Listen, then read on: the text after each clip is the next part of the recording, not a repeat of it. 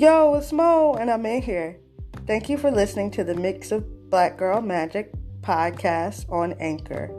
If you haven't heard about Anchor, it's the easiest way to make a podcast. Let me explain. It's free.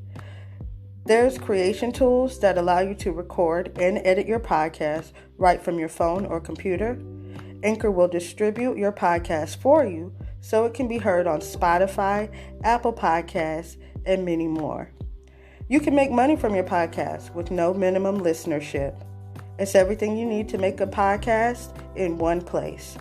Download the free Anchor app or go to anchor.fm to get started. Thank you guys. Download Anchor.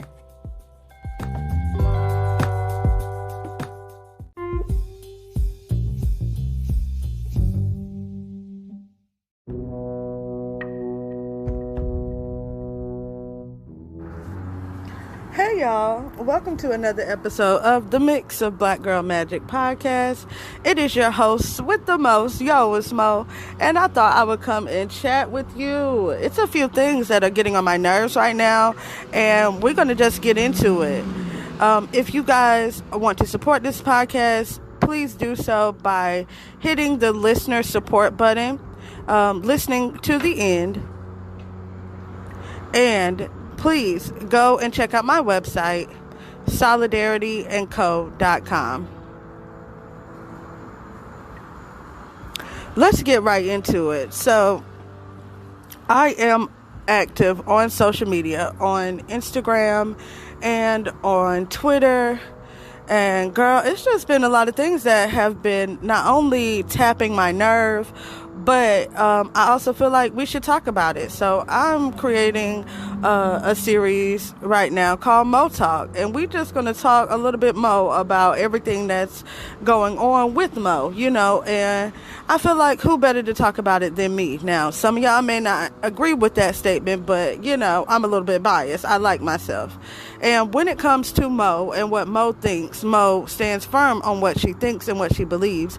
However, I'm always open to dialogue, forums, further discussions, and as you guys have seen in my Black History Month challenge, I'm always willing to learn, and I really promote and support other people doing the same. Learn something new, act on what you've learned, and then celebrate, because you have done something that a lot of people do not do, which is actually take the time to learn something new that may, in fact, change their views and perspectives. So, first thing I'm going to hit on, y'all, is stimulus checks. Stimulus checks, because the kids, the children, the childs are pretending or constantly putting out this content as if we in this black community are just sitting here waiting and starving until we get these stimulus checks. Now, please do not misconstrue what I'm saying to you. We need stimulus checks. I think everybody deserves stimulus checks, and I am here for the passing of the American Rescue Plan. However, we, as a community of marginalized people who I think are my listeners and my target audience anyway, are far past relying on the government to assist us with anything. Literally, worst case scenario, you need the police to come somewhere. And best case scenario, you're fine, but the society which you live in pretty much is invented to further oppress already marginalized people. So the idea that we are just all sitting home biting our thumbs waiting for a stimulus check to pass really bothers me, because it just pushes this narrative that black people or marginalized communities are just sitting at home doing nothing, waiting on the government to rescue them or take care of them. And really, the truth of the matter is that we are all working on and trying to rescue ourselves. We take care of us. We protect us. We have all been and seen so many posts, so many funds for mutual aid. And even during this Texas freeze, which we all just were horrified by, during this Texas freeze, we literally saw grassroots efforts, mutual aid efforts, coming to the aid of people. I have yet to hear about, and please correct me if I'm wrong, any type of government assistance being made available to these people outside of like FEMA, which, is a process within itself, which requires you to have records and proof of this, that, or the third, which requires you to have experienced a disaster in order to receive assistance. And sometimes the situation is not disastrous because for Black people, we are resilient. For marginalized communities, we are resilient, and we also take care of us. So when we have an issue or we have a problem, we go to our neighbor, we go to our families, we go to the groups who understand our oppression and have been there prior to these disasters to assist us. So the resiliency within our communities says that yes, a stimulus check is great, you feel me, but either way, we have learned that we cannot rely on this government, and pushing the narrative that we are all just sitting at home waiting on a stimulus check is, to me, detrimental, because it further pushes the idea that we are all just lazy ass people who just want the government to take care of us, which is blatantly not the case. So that's my thought on that.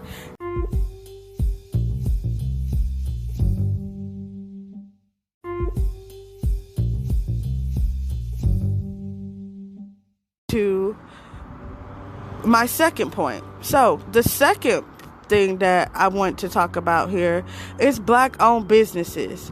And I think there is some stigma around Black-owned businesses from a perspective that with a Black-owned business, you are pushing the idea of capitalism.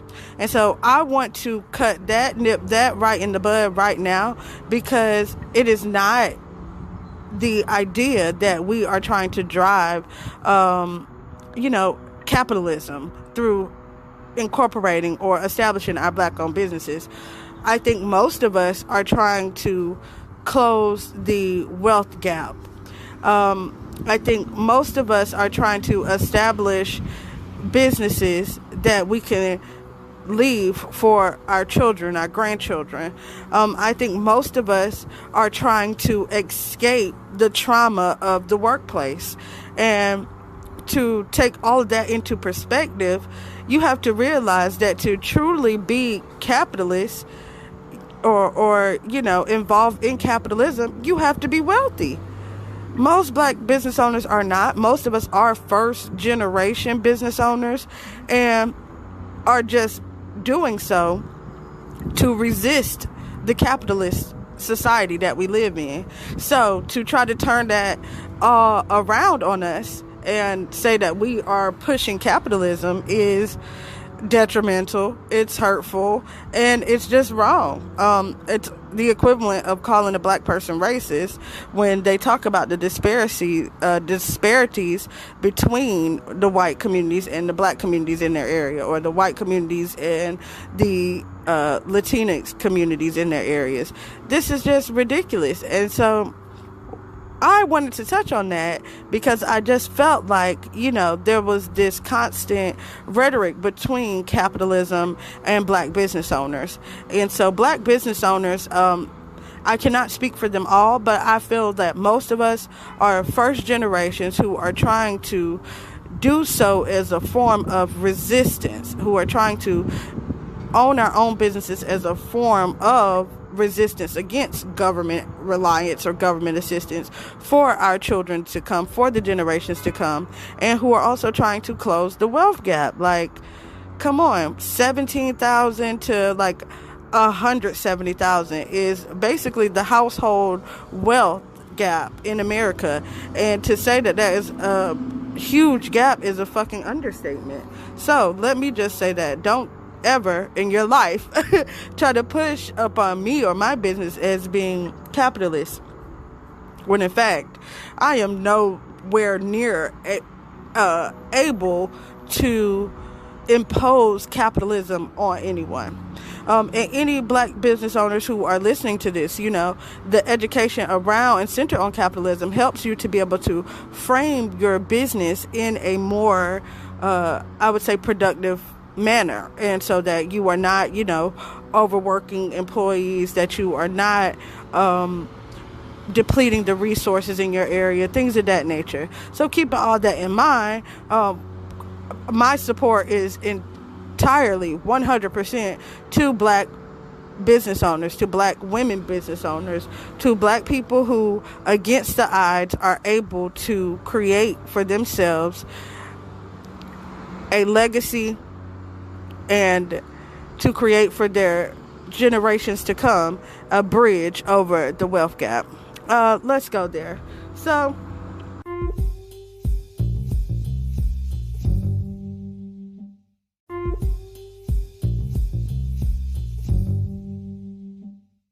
third point, girl. They want to come for solidarity, and they want to come for solidarity. And girl, did I tell you that they wanted to come for solidarity, which I am strongly against. However, y'all can say whatever it is that you want to say about solidarity. What I feel is that solidarity is what's needed in this country. Now, in other countries, there may be things that are needed that are more urgent. And I absolutely agree with that too. You see, when you have a mindset centered around solidarity, is that you can see the needs and the oppression of other countries and other people and other cultures with very open eyes. The issue, though, in this country is that when we as black women stand up for anything, we are often scrutinized, diminished to this idea of who does she think she is, which is just basically an unconscious bias. And so I wanted to talk about that because this country has created a system that makes black people super critical of black people, and that is to our detriment. We have been taught to hate each other, dislike each other, to find issues with each other, to point out the issues within each other loudly. And what you've done is now put on a clown nose.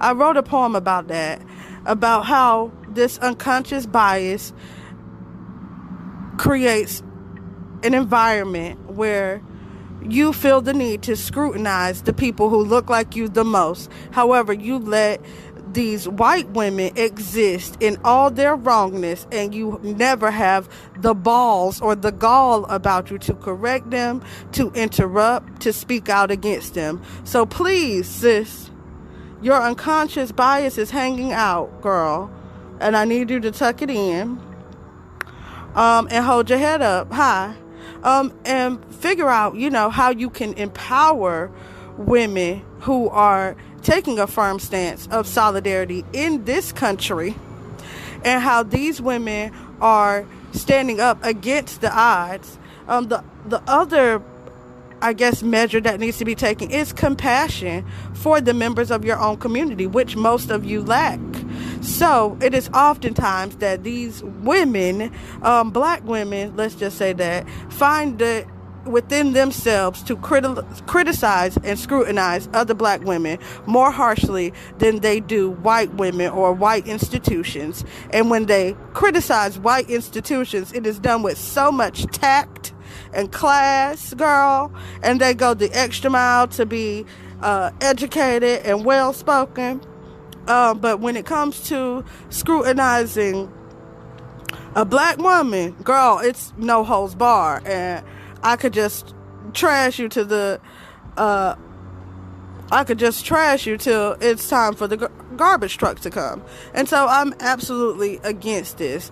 In order to empower our community, and in order to empower black women like myself, I choose to stand in solidarity with the women in this country who are oppressed, with the people in this country who are oppressed, and my education and my intent of solidarity only opens my eyes to oppression in other forms, in other countries, of other cultures. And so not only am I in solidarity with the women of my country, but of course I am in solidarity with the women around the world, the people around the world who are oppressed.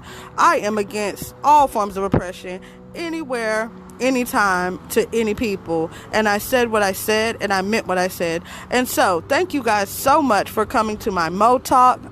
Girl, I had to get some things off my chest, but that is why I created this podcast, to be able to talk from my perspective about the things, the issues, the perspectives that I saw that I wanted to vehemently go against, instead of spreading negativity and hate online through social media platforms, which really does nothing for anyone.